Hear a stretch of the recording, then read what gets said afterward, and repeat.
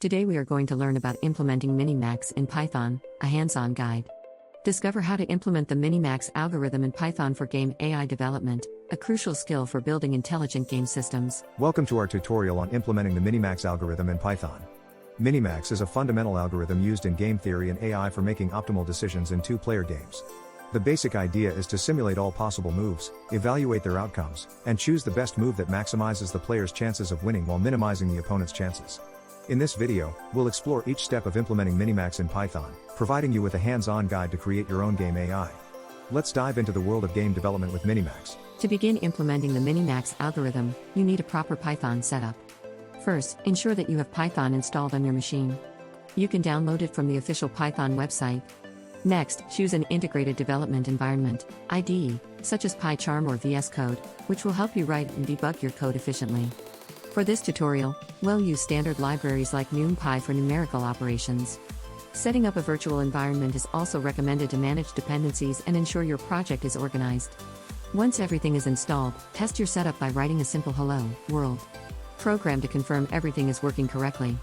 This preparation will ensure a smooth coding experience as we proceed to implement the Minimax algorithm. With our Python environment ready, the next step is to define the game environment and rules. We'll use a simple game like tic-tac-toe to implement Minimax. The game board can be represented as a 3x3 matrix, where each cell can be empty, contain an X, or contain an O. Define the rules for the game, such as how players take turns and what constitutes a winning condition. In tic-tac-toe, a player wins by placing 3 of their marks in a horizontal, vertical, or diagonal row. Implement functions to check for winning conditions and determine if the game is a draw. These rules are crucial as they form the foundation upon which the Minimax algorithm will operate. The core of the Minimax algorithm is the recursive function. This function simulates all possible moves for the current player and the opponent, evaluating each move's outcome. The algorithm assumes both the player and the opponent play optimally.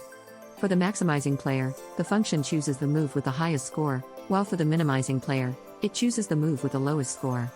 The recursion explores all possible game states until it reaches a terminal state, such as a win, loss, or draw. At each terminal state, the function returns a score based on the outcome. Base cases are crucial to prevent infinite recursion, so ensure your function handles these appropriately.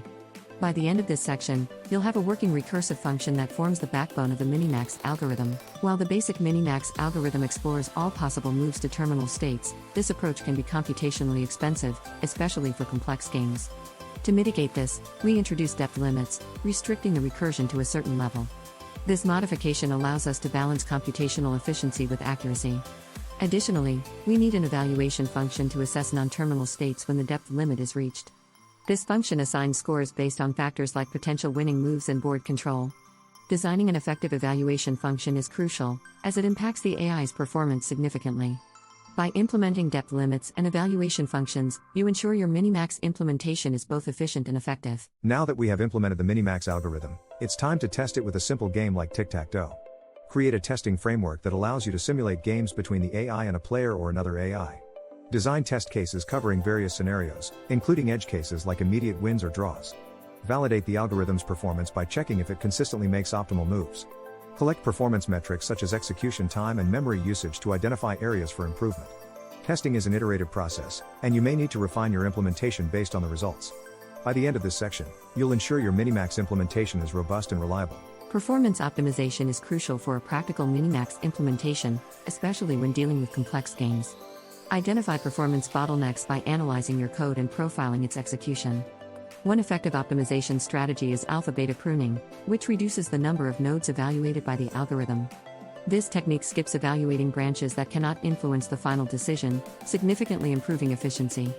Additionally, consider using advanced data structures and parallel processing to reduce computational overhead. Conduct performance tests before and after optimizations to quantify improvements. By optimizing your implementation, you'll ensure your Minimax algorithm is not only accurate but also efficient, capable of handling more complex game scenarios. Debugging is an essential skill when developing complex algorithms like Minimax. Start by identifying common issues such as incorrect recursive calls, misconfigured base cases, or improper evaluation functions. Use debugging techniques like breakpoints and print statements to trace the algorithm's execution and pinpoint errors. Implement robust error handling to gracefully manage unexpected situations during runtime. Conduct regular code reviews, both individually and with peers, to maintain code quality and catch potential issues early. Developing a systematic approach to debugging will significantly enhance your problem-solving skills and ensure your Minimax implementation is reliable and error-free. Congratulations on completing this tutorial on implementing the Minimax algorithm in Python. We've covered everything from setting up your development environment and defining game rules, to implementing and optimizing the Minimax algorithm. With these skills, you're equipped to develop intelligent game systems and explore more complex AI algorithms. Consider expanding your knowledge by exploring advanced topics like machine learning integration with game AI. There are numerous resources available for further learning, including online courses, books, and community forums. We hope this guide has been informative and inspiring, and we encourage you to continue your journey in game AI development. Thank you for joining us, and happy coding!